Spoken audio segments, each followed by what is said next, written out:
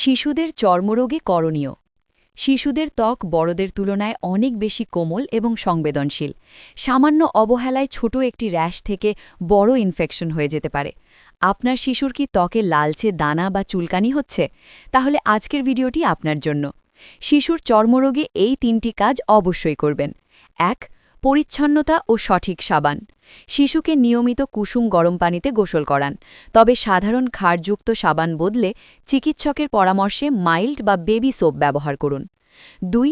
পোশাক নির্বাচন। গরমের এই সময় শিশুকে সিনথেটিক কাপড় না পরিয়ে সবসময় ঢিলেঢালা সুতি পোশাক পরান, এতে ঘাম কম হবে এবং ত্বক স্বস্তিতে থাকবে। ৩. নখ ছোট রাখা। শিশু যেন চুলকিয়ে ক্ষত না করে ফেলে, তাই তার নখ সবসময় ছোট রাখুন। আর ডায়াপার র্যাশ এড়াতে কিছুক্ষণ পরপর ডায়াপার চেক করুন।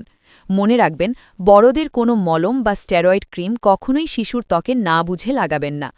যদি দেখেন র্যাশের সাথে জ্বর আছে বা পুজ পড়ছে, তবে দেরি না করে দ্রুত বিশেষজ্ঞ ডাক্তার দেখান।